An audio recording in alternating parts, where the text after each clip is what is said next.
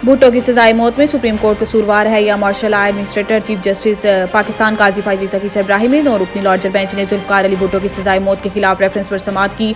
Bench में justice Sardar Tariq Masood, justice Mansoor Ali Shah, justice Yahya Afridi, justice Aminuddin Khan, justice Jamal Mandokhel, justice Muhammad Ali Mazhar, justice Hasan Azhar Rizvi और justice Musarrat हलाली शामिल थे। अदालती मुआवन मखदूम अली खान ने दलाइल का आगाज किया और कहा है कि बदकिस्मती से जुल्फकार अली भुट्टो की फांसी रिवर्स नहीं हो सकती। अदालत के सामने सवाल भुट्टो की फांसी पर अमल का नहीं है। अदालत के सामने मामला इस कलंक का है। इस रेफरेंस की बुनियाद जस्टिस नसीम हसन शाह का इंटरव्यू है। जस्टिस मजहर ने कहा है कि अगर इस केस में अदालत ने कुछ किया तो क्या हर केस में करना होगा। इस दौरान अहमद रजा कसूरी रोस्टम पर आए, तहम चीफ जस्टिस ने इन्हें बात करने से रोक दिया और अदालती मुआवन को बात जारी रखने की हदायत करते हुए कसूरी से कहा है कि आपको इन पर कोई एतराज है तो लिख लें। अदालत ने कहा है कि सुप्रीम कोर्ट में इलेक्शन केसेस समेत दीगर मुकदमात ज़ेर इल्तवा हैं। मुनासिब है इस केस को आम इंतखाबात के बाद सुने। बाद अदालत ने केस की समाअत फरवरी के तीसरे हफ्ते तक मुलतवी कर दी। क्या पीटीआई चाहती है 100% उम्मीदवारों के कागजात नामजदगी मंजूर करें। चीफ जस्टिस काजी फैजी ज़की इब्राहिमी में 3 रुकनी बेंच ने तहरीक इंसाफ की लेवल प्लेइंग फील्ड केस पर समाअत की। अदालत ने इलेक्शन कमीशन और चीफ सेक्रेटरी पंजाब की रिपोर्ट्स पर पीटीआई से तहरीरी जवाब तलब करते हुए समाअत आइंदा पीर तक मुलतवी कर दी। अदालत ने हदायत दी है कि इलेक्शन कमीशन और चीफ सेक्रेटरी पंजाब चाहें तो जवाब जमा करा सकते हैं। दौरान समाअत चीफ जस्टिस ने रिमार्क्स दिए हैं कि हमें बताएं रिपोर्ट में गलत है।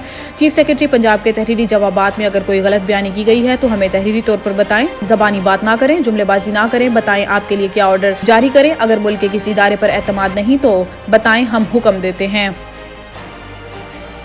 खान साहब अगर बेगुनाह हैं तो इन्हें जेल में नहीं होना चाहिए। समाअत के बाद मीडिया से गुफ्तगू करते हुए chairman peoples party Bilawal Bhutto Zardari ने कहा है कि हम जुल्फकार अली भुट्टो फांसी केस इंतखाबात के बाद नहीं बल्कि इंतखाबात से पहले सुनना चाहते हैं। फैसला इंतखाबात से कबल आ जाए। हमें फाइजीसा से उम्मीद थी कि केस मुसलसल सुना जाए। खैर अब उम्मीद है कि इंतखाबात के फौरी बाद इस केस का फैसला आ जाएगा। उम्मीद है हमें इस केस में इंसाफ मिलेगा और तारीख दुरुस्त हो सकेगी। बिलावल भुट्टो ने कहा है कि इलेक्शन 8 फरवरी को हर सूरत होंगे, चाहे अक़वाम मुत्तहिदा करारदाद पास कर दे। अगर 3-4 सेंटर उठकर कुछ कह दें तो इनकी बात ज़्यादा वज़नी है या चीफ जस्टिस का आइनी और कानूनी फैसला ज़्यादा वज़नी है।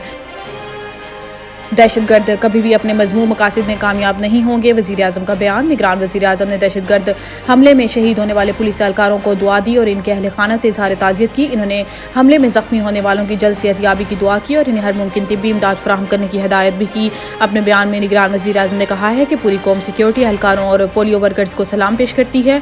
दहशतगर्द कभी भी अपने मज़मूम मकासद में कामयाब नहीं होंगे। निगरान वज़ीर आज़म ने कहा है कि मुल्क से पोलियो वायरस के मुकम्मल खात्मे तक इंसदाद पोलियो मुहिम भरपूर तरीके से जारी रहेगी और पोलियो वैक्सीन के हवाले से किसी भी मनफी प्रोपेगेंडे के धोखे में न आए। जामिया अल ज़हरा और दुनिया भर के उलमा कराम पोलियो के इंसदाद के प्रोग्राम की तौसीक कर चुके हैं।